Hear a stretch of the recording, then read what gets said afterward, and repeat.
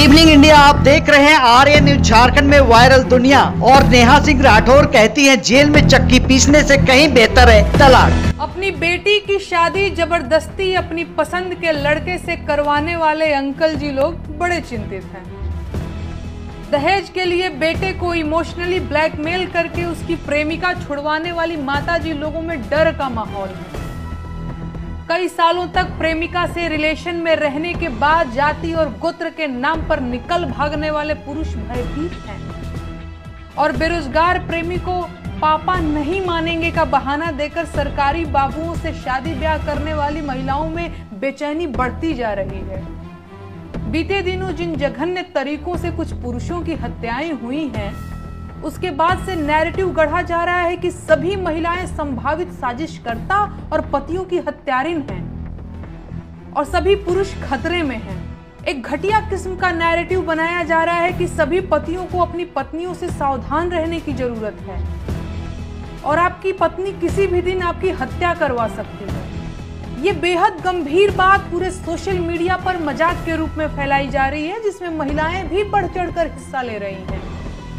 हर तरफ तिरिया चरित्र के नारे लगाए जा रहे हैं और अब जल्दी ही महिलाओं को पुरुषों का जानी दुश्मन घोषित कर दिया जाएगा। हालांकि इन हत्याओं में महिलाओं के साथ उनके पुरुष साथियों ने भी बढ़ चढ़कर योगदान दिया है, लेकिन इस बात पर किसी को बात नहीं करनी, क्योंकि उसमें मनोरंजन में कमी आ जाएगी, मजा किरकिरा हो जाएगा, मीम खराब हो जाएंगे और महिलाओं को अपमानित करने के मिशन में बाधा आएगी।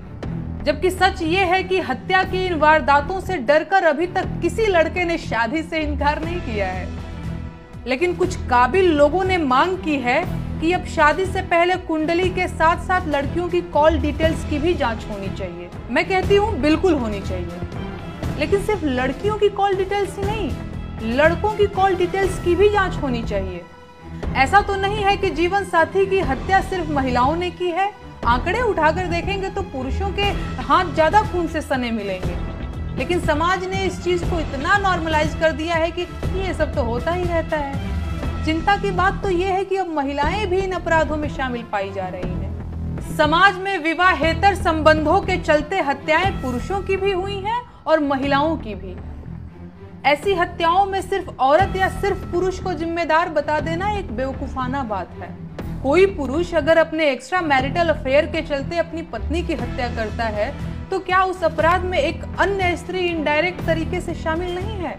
उसी तरह कोई स्त्री अगर अपने विवाहेतर संबंध के चलते अपने पति की हत्या करती है, तो क्या इस अपराध से पुरुष समाज को पूरी तरह से बरी किया जा सकता है? हमारा समाज पुरुष सत्तात्मक और महिला विरोधी समाज है, जो महिलाओं को हमेशा गिल्ट में रखना चाहता है, क्योंकि इससे महिलाओं को डोमिनेट करना आसान हो जाता है। समाज महिलाओं को कंट्रोल में रखना चाहता है, जिसके लिए वो तरह तरह से उनका मोरल डाउन करता रहता है। उसे सवाल पूछने वाली निडर और निर्भीक महिलाएं नहीं पसंद हैं, क्योंकि वो बाकी औरतों को भी अपने जैसा बना सकती हैं, जिसका मतलब तो आप समझ ही रहे हैं। आज सोशल मीडिया पर महिलाओं को कोसने वाले तमाम लोगों की सच्चाई ये है कि अगर उनके कॉल डिटेल्स और इनबॉक्स की जांच कर ली जाए तो शायद ही कोई साफ सुथरा पाया जाएगा। लेकिन अब चूंकि देश में ज्यादातर नौकरियां मोबाइल, फोन और सोशल मीडिया अकाउंट्स पुरुषों के हाथ में हैं, तो महिलाओं को मनमाफिक तरीके से अपमानित किया जा रहा है। एक दूसरे पर कीचड़ उछालने की बजाय अब समस्या के समाधान पर विचार करने की जरूरत है। अगर साथ नहीं निभ पा रहा है तो अलग हो जाइए। तलाक लेकर सुकून से रहना जेल में चक्की पीसने से कहीं ज्यादा अच्छा है। समाज की चिंता मत कीजिए, उसे आपके जीवन में चल रही खटपट की खबर बहुत पहले से है। उसका हाल भी आपसे बेहतर नहीं है। अपनी जिंदगी का सुकून बचाइए, नहीं निभ रही है तो अलग हो जाइए। एक दूसरे को ड्रम, फ्रीज और सूटकेस में भरने से ज्यादा बेहतर है अलग हो जाइए।